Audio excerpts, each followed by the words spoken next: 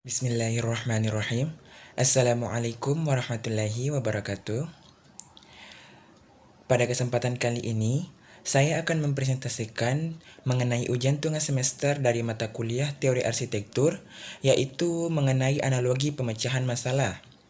Sebelumnya, perkenalkan nama saya Muhammad Rizky Mutawakil dengan NIM 2102 1150 2046 dari kelas 01 Prodi Arsitektur.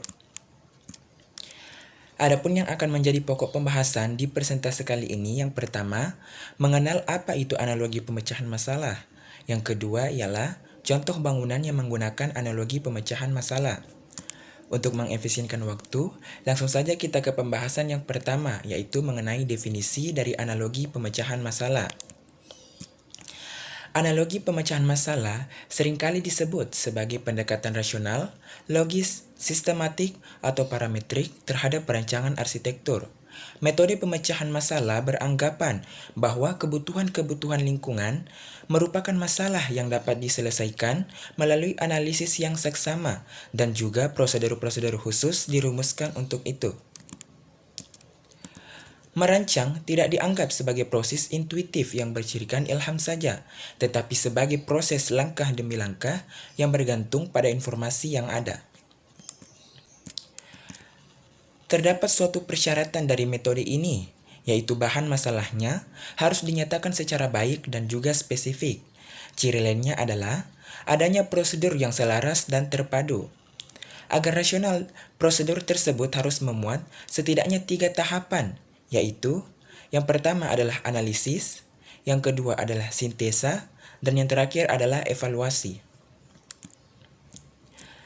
John Christopher Jones di dalam bukunya yang berjudul Design Methods menggambarkan proses merancang yang rasional atau sistematik ini mirip dengan sebuah komputer manusia. Seperti yang Anda lihat di layar, di sini gambarnya itu adalah apa yang kita lihat itu merupakan informasi, kemudian kita proses atau cerna. Yang pertama itu ada analisis, yang kedua itu ada sintesis, dan yang terakhir ada evaluasi, kemudian kita keluarkan yang dinamakan dengan optimum. Baik, kita beralih ke pembahasan yang kedua, yaitu mengenai contoh bangunan yang menggunakan analisa analogi pemecahan masalah. Yang pertama itu ada The Gallery of Centrobotin Renzo Piano. Bangunan ini terletak di Santabria, Spanyol. Salah satu pertimbangan yang paling utama di dalam merancang Centrobotin ini adalah bagaimana merespons konteks-konteks yang berada di sekitarnya. Tapak yang secara finansial dikelola oleh Botin Foundation ini memiliki pemandangan yang menakjubkan hampir ke segala sisi, di mana sudut utara dan juga selatan menjadi fokus utamanya. Sebelah utara tapak ini menghadap ke arah taman kota dan sebelah selatannya menghadap ke Teluk Cantabria yang luar biasa indah. Seperti yang Anda lihat di gambar, mengenai bentuk atau penggambaran dari Renzo Piano ini, dan untuk gambar yang di sebelah kanannya itu mengenai landscape atau perancangan dari Renzo Piano ini. Jadi untuk jenis bangunan yang kedua di sini saya memilih Jesolo Magica yang merupakan karya dari Zaha Hadid. Jesolo Magica ini pertama kali dibangun oleh Zaha Hadid pada tahun 2010 sampai tahun 2014. Bangunan ini berlokasi di Italia. Bangunan ini diberi nama Jesolo Magica.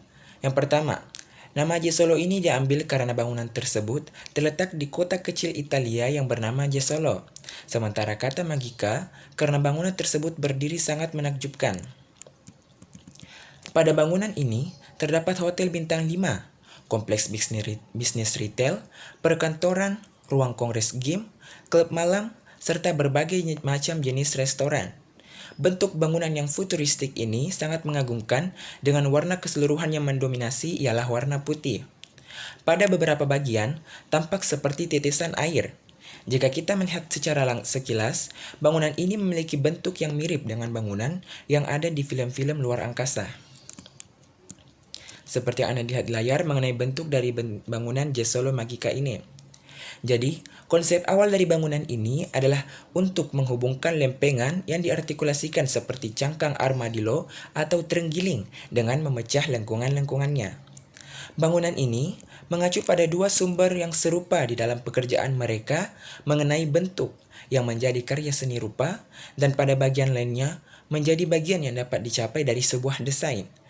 Referensi dari geometri alam dapat diidentifikasikan pada patung dari Moray Henry dan juga Gesola Magica yang merupakan karya Zaha Hadid yang identik dengan cairan keluasan yang efisien. Mungkin cukup sekian yang dapat saya sampaikan, lebih dan kurangnya mohon dimaafkan. Wabillahi taufiq wal hidayah. Wassalamualaikum warahmatullahi wabarakatuh.